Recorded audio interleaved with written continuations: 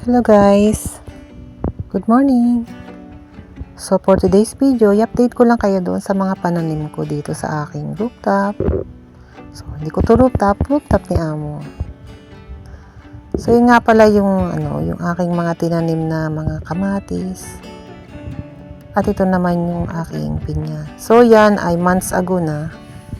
Siguro almost 1 month na kasi ngayon, yung mga yung mga bunga niyan, tsaka yung mga height ng aking mga ibang tanim ay naglakihan na. So ito yung before na mga video. So papakita ko para makita nyo yung kaibahan ngayon. So maliit pa dito yung bunga ng aking pinya. So later on makikita nyo sa dulo nitong video na to yung mga pagbabago.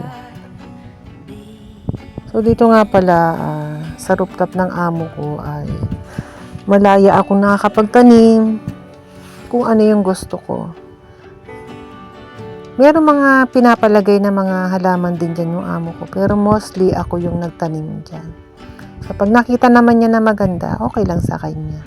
Katulad ng bulaklak na yan. Yan kasi ay galing dyan sa kapitbahay namin. Nung kasing naglipat ng bahay, iniwan yung mga bulaklak na yan, so ako ay kinip ko siya. So ito naman yung mga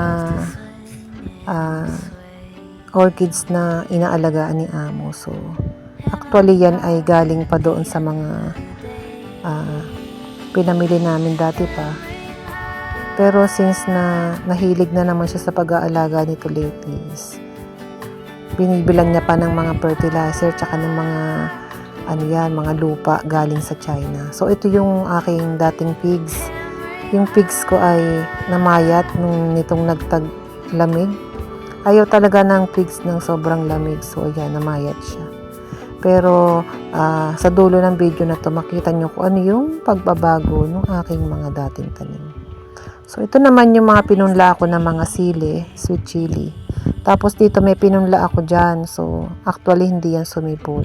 Pinalitan ko na lang siya ng ibang tanim.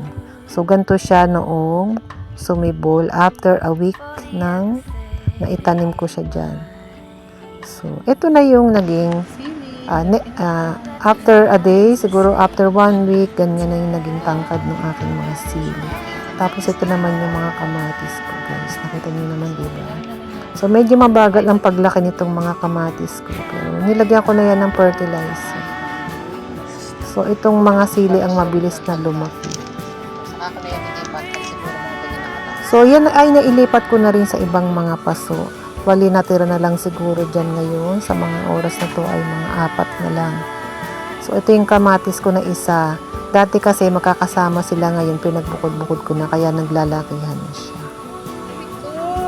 So siguro in 2 months baka naman nakapagpabunga na ako dyan. So syempre pag ako'y nag-gardening dito sa taas, yung aking pusang kulay orange ay talagang usiserong frog.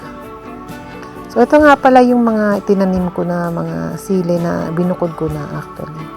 So ayan. So sobrang maulan ngayon dito sa Hong Kong. Ngayong buwan ng April masyadong maulan kaya ayaw yata ng sili ng ganun kaya mabagal yung paglaki niya. So ito nakita niyo yung pigs. Yan yung pigs ko. Diba kanina yung video niya is mapapayat? Kukunti lang ang dahon, pero dito marami na siya. Ito yung after 1 month na almost, or 3 weeks. So yung mga kamatis ko, yan nga, sabi ko mabagal ang paglaki. Ito naman, ayan, bumibilis na siya. Itong sa isa, mataba siya. Yung dalawa, ang bagal lumaki. Hindi ko alam kung bakit, nasugpo. Pero alam ko, lalaki pa rin yan. Kailangan lang talaga tiyagaan. So, siguro bukas bibili ako ng bagong lupa para mailagay ko sila sa malalaking paso. Mas maganda siguro kung malalaki na yung mga paso nila para mas marami silang mahigop na nutrients. So sa likod nga pala niyan ay meron akong bagong sibol na ampalaya. Yan yung ampalayang bilog, guys. So 6 yata yung tinanim ko dyan. So 2 na yung sumibol. So ang gagawin ko dyan, lalagyan ko siya ng balag. So, ito naman yung status ng aking sili na mabagal nga lumaki. Ayun yung 2. 3 na sila ngayon, guys.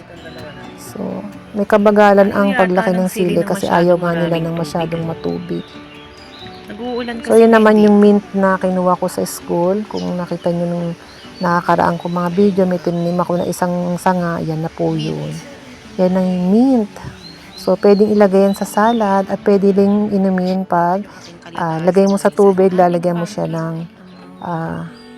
pipino, pang diet na yon. So, ito naman yung aking bagong mga alaga na mga pumpkin. So, sumibol na rin siya. So, yung pumpkin na yan guys ay malalaki. So, try kong magpabunga niyan dito. Malaman natin. Kung siguro after 1 or 2 months is malalaki na yan. Tapos, ito na yung status ng ating pinya. So, diba? May laman na rin yan. Pero, siguro mga 1 month, okay na yan. So, ito naman yung aking maanghang na sili kasi papalitan ko na to. Kasi nakita nyo naman guys, so payat na siya. Tsaka dry na yung kanyang puno. So, ito naman yung malunggay ko. Gustong gusto niya ang ulan. So, nakita nyo, meron pa siya ngayong bunga. So, ewan ko kung lalaki naman tong bunga na to. Saan naman lang ay dumami para makapaggawa ng dinding. So, masarap yan. So, eto naman yung tanim ng amo ko. So, guys, bago siya na ospital, meron siyang itinanim dyan sa pine tree namin na So, sumibol talaga siya. Nabuhay yung sanga na galing ng China.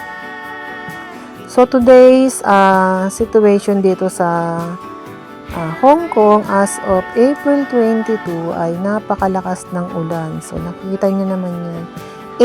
8:15 AM pa lang yan. Kanina yan umaga na nabidyohan ko. So, napakadilim na parang mag-aalas 7 na ng gabi o nasa mga alas 6 ng hapon. So, lahat ng mga buildings ay may ilaw, pati na rin dyan sa kalsada at yung mga sasakyan na nagdadaan, lahat ay nakailaw. Nakabukas yung mga ilaw nila, fog lights. So, dito naman sa kabila yung aking mga pananim na mga bulaklak. So, sobrang dilim nung oras na yan at kumikidlat pa at kumukulog. So, ako ay nakatapos ng maglaba. 7 o'clock ay naglalaba na ako, kaya naman nakatapos na ako dyan maglaba. Magsasampay na lang ako. So, ganito nga pala sa Hong Kong, pag masyadong dry, pag masyadong wet yung weather dito, mahirap magpatuyo ng damit. Hindi dahil sa naulan, kundi yung talagang weather niya is masyadong wet. Kaya ang mga damit kahit na nakasilong, hindi talaga siya na tutuyo. Kaya ang ginagawa namin dito ay nilalagay namin sa isang room at nilalagyan namin ng humidifier. So sa ganyang paraan ay makakapagpatuyo kami ng damit. So yan na nga, nagsampay na ako. So sinampay ko na yung mga ibang nilaban ko kasi nga kailangan ko ng bumaba dahil check ko naman sa baba yung aking mga lilinisin. So yan na nga pala yung aking mga tanim. Nakita nyo, yan humahaba na yung sanga ng aking ampalaya. Tapos yung aking kamatis ay tumaba na. So dito kahit nag-iisa lang ako, tuloy pa rin ang trabaho, hindi tayo pwedeng patamad-tamad. So sa umaga, busy tayo, pero pagdating naman ng after lunch, wala na akong ginagawa. So yung mga kailangan kong gawin para sa sarili ko, yung pagtitinda ko, yun ang mga ginagawa ko dito. So ngayong araw na to, binili ng amo kong lalaki na daling ko si Kulit sa dentista kasi ipapa-adjust namin yung kanyang braces. So iniwan niya sa akin yung pera para pambayad. Kaya dyan, maaga pa lang, nagsisimula na akong tapusin yung mga task ko o yung daily na mga trabaho sa bahay. Kasi nga, susunduin ko si Colette mamaya sa school. Kailangan umalis na ako ng alas 3:30 para naman ando na ako ng 4 o'clock dahil sabi niya, lalabas daw siya ng 4:20. So gusto ko, bago pa siya lumabas, ando na ako sa gate ng school niya. So, as of today pala na status ng amo kong babae na nasa hospital pa rin ngayon. Wala na siya sa ICU. Awa ng Diyos, 10 days siya nasa ICU. Tapos, nilipat na siya sa ward. So, nasa private hospital naman siya at solo room lang yung kanyang room. So, pwedeng matulog doon si amo ko. One time, natulog si amo ko doon. Sunday natulog si amo ko doon overnight. Kaso mo, nung umuwi siya ng Lunes ng gabi, kasi nagdiretso siya ng opisina niya nung Lunes ng umaga. Nagrereklamo siya kasi hindi raw siya nakatulog kasi maya-maya daw napasok yung nurse. So sabi ko sa kanya, ganun talaga ang magbantay sa ospital. Hindi ka talaga makakatulog kasi nga pag nagra-route ang mga nurse is magigising ka rin. So hindi applicable na doon magbabantay ka tapos kinabukasan ay papasok ka sa trabaho kasi talagang mahihilo ka sa anto. So ganun yung nangyari sa amo ko lalaki. So syempre kahit pa ganun, sa sobrang pagmamahal niya sa asawa niya is talagang binabantayan niya. Sobrang saludo ko dito sa amo ko lalaki. So nakita ko kung paano niya pag mag-alala nung nangyari yung insidente na yon na sinugod namin sa ospital yung amo ko. Hanggang ngayon talagang kitang-kita ko yung full support siya para naman.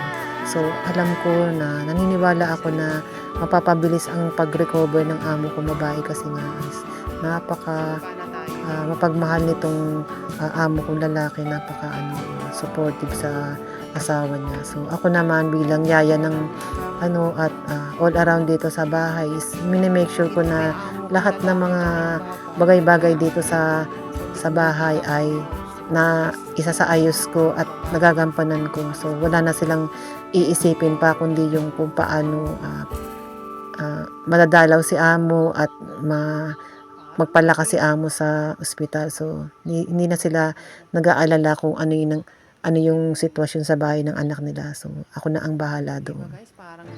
So pati sa pag-aalaga ng mga babies namin, yung mga pusa namin at yung mga babies din ng amo ko ng mga halaman, kailangan yan. Bilin na yan ng mga kaibigan niya na dumadalo sa amo ko na yung daw halaman ni amo ko. Sabi ko hindi ko pababayaan yan kasi mahilig din naman ako talaga sa halaman. So, ayan na nga guys. Nakita nyo naman. 8:30 na yan. Nabuha ako. Ang dilim. So, kailangan buksan ng ilaw kasi nga parang gabi. So, yun lang po for today's vlog. Salamat ulit sa inyong panonood. Sana patuloy nyo akong samahan sa aking journey dito sa trabaho ko sa Hong Kong. So, sa ganitong paraan, nababawasan yung inip ko kasi actually guys, lahat naman ng mga domestic helper dito may mga pinagdadaanan.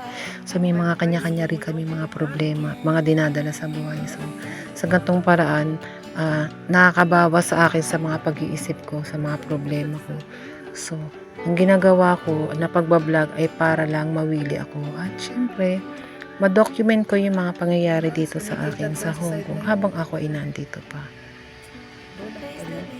So I hope kahit paano may na-adapt kayo at may natutunan. Salamat ulit sa inyong suporta.